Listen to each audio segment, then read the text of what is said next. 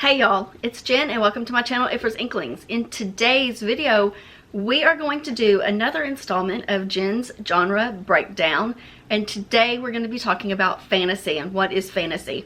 So before we get started on that topic, go ahead and hit that subscribe button down below if you are not already subscribed, and just double check to make sure that if you think you're subscribed that YouTube hasn't unsubscribed you from my channel. Now let's get into the intro before we get into the video.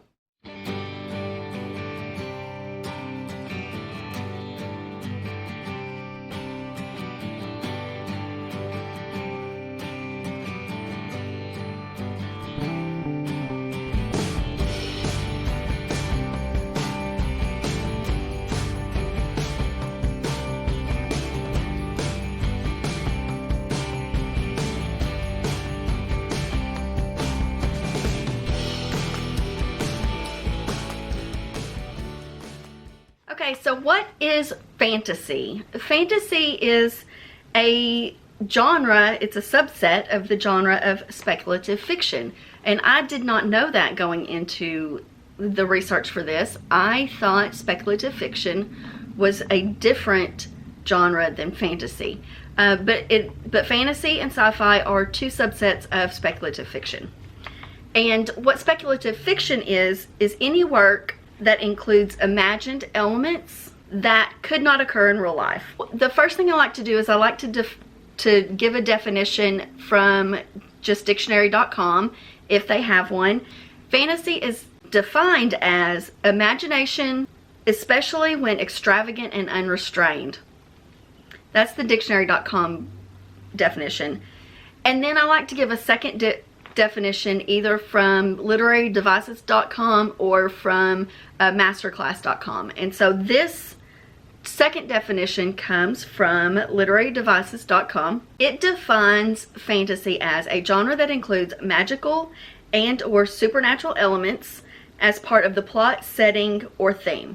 Oftentimes mythology or folklore plays a strong part in fantasy literature, and there also has to be an internal consistency to the magical elements in the fantasy story, and a logic that, if not completely explicable, it's understood to be reality by the characters. So there are several different subtypes of fantasy, but first I want to talk about what the difference is real quick about what is fantasy and what is science fiction, because a lot of times those are lumped together as sci-fi fantasy, and there is oftentimes an element of each in a little bit of an overlap in the genres. But the key difference is fantasy creates a world that could never exist, and science fiction, it looks to a future that hasn't come to pass yet, that it's usually plausible given the science, but not necessarily something we could achieve right now at the level we are at. Some different sub-genres of fantasy. We've got urban fantasy, historical fantasy, high or epic fantasy. There's contemporary fantasy. Weird fiction is considered fantasy. Then there's just your traditional fantasy. Horror is part of the fantasy world. And then there's what's called slipstream fantasy, and I have no idea what that is either. So I found that to be very interesting, because before researching this I would have categorized horror as its own genre and not a subset of fantasy. A couple of fantasy books that I have read and I enjoyed are the Ember and the Ashes series by Sabaa Tahir. This is a young adult fantasy world where there is magic, and it's based in mythology and folklore. There's mythical creatures and lots of and then some magic is involved as well. Then we have Every Heart a Doorway by Shauna McGuire, the Wayward Children series. This is portal fantasy where the characters drop off into a world that is either, it could be logical or, what's the other word? Not logical. not illogical, I can't think of the word they use in it, but it's like everything's made out of candy or sugar or things like that. These are short novellas. There's 6 of them out right now, and they're one of my favorite fantasy series.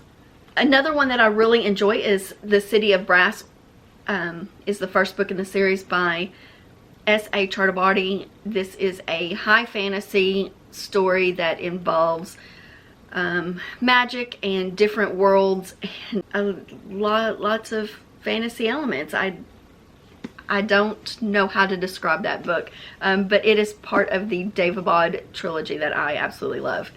And then finally, I want to talk about some books that I want to read this upcoming year in this genre.